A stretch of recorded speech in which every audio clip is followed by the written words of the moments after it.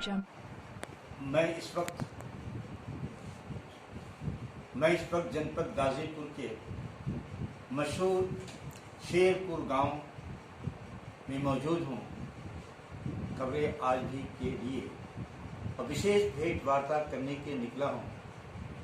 ये ऐसा शहीदी गांव है जहां से 1942 में 8 लोग देश की आज़ादी के लिए शहीद हुए थे। ये ऐसा गांव है जिस गांव के बारे में यहाँ एक कांड भी हुआ था हरिजन बस्ती जलाने का, तो पूरी दुनिया में मशहूर हुआ था गाजीपुर। लेकिन उसी गांव में एक ऐसा शख्स भी रहता है जो गरीबों का मसीहा, छोटे लोगों का ऊपर हमेशा ख्याल करने वाला व्यक्ति, लल्लन राय, जो किसान मंच के उत्तर प्रदेश के अध्यक्ष है। मैं इनसे ये जानना चाहता हूँ कि आपके अंदर इस लोगों के अंदर सहायता करने की भावना कैसे हुई, जबकि आप कई नौकरियां छोड़ करके यहाँ गांव में क्यों रहे? ऐसा हुआ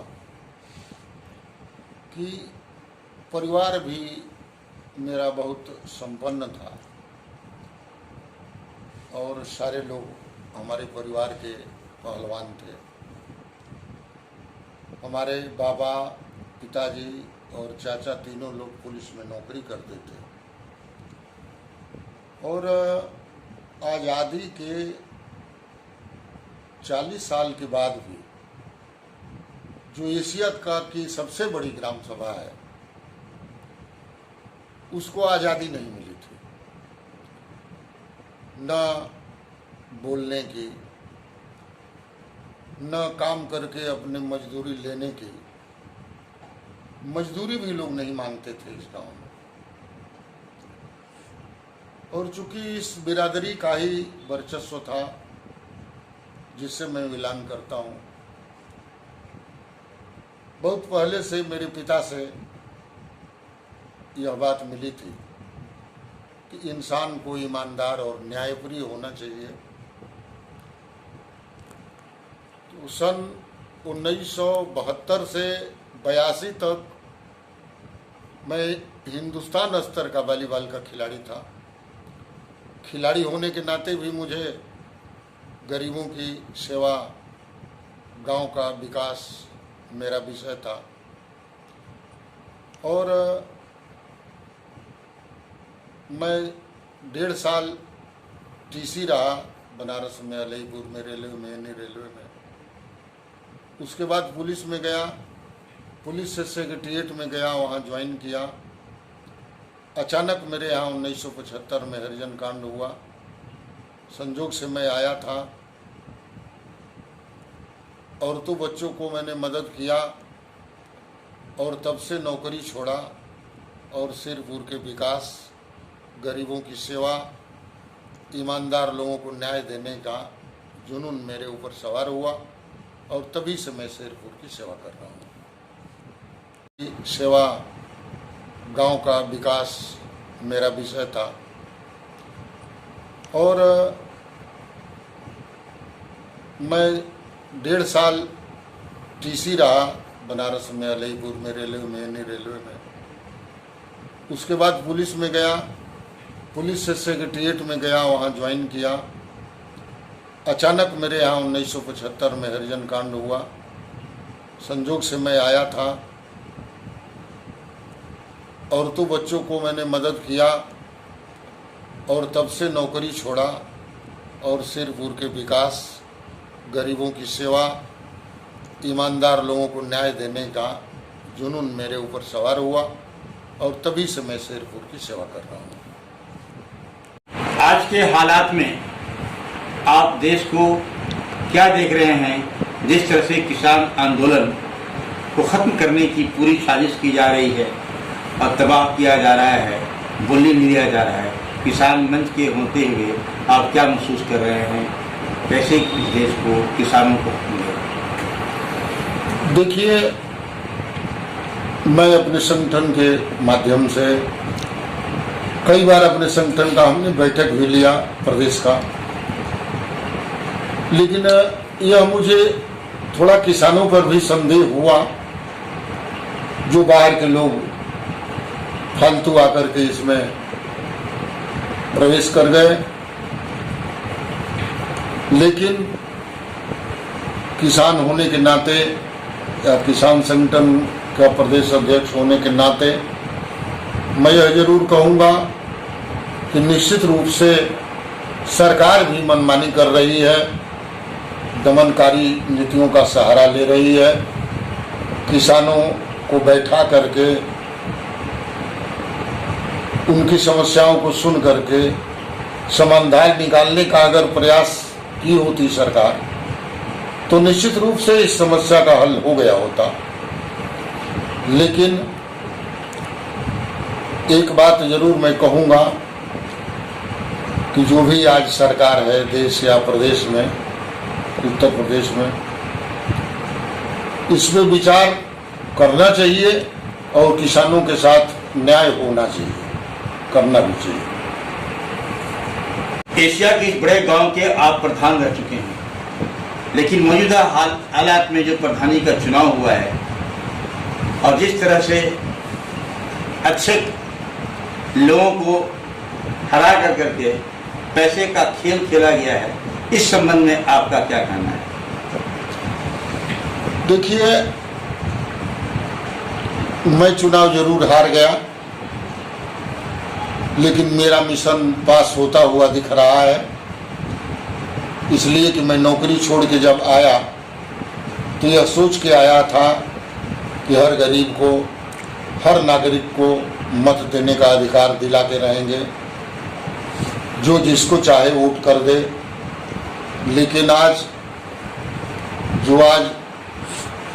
प्रधान प्रतिनिधि हैं हमारे शेरपुर खुर्द के डॉक्टर साहब,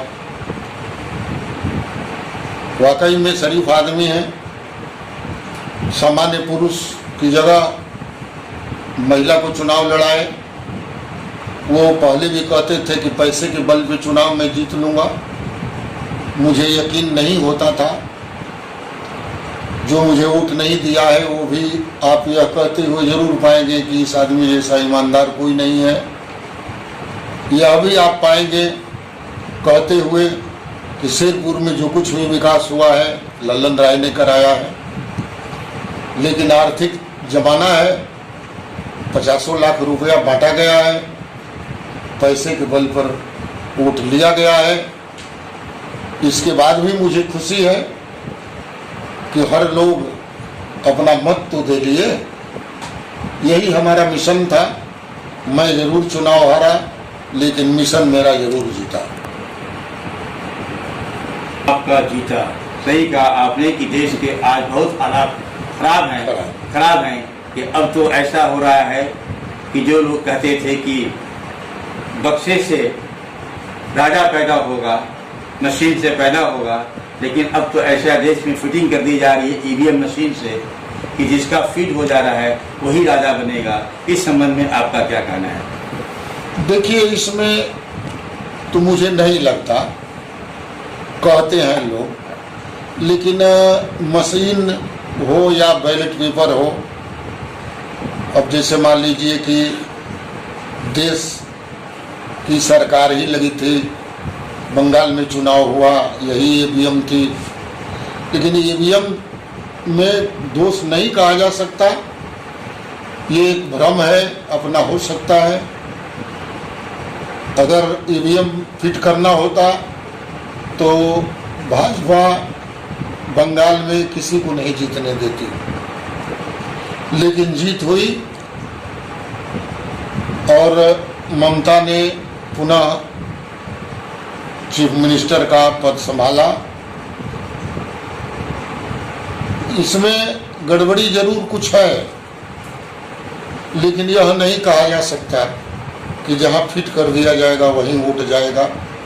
ये तो देखने से भी मालूम हो जाएगा कि नहीं, ऐसी बात नहीं हो सकती। लंबा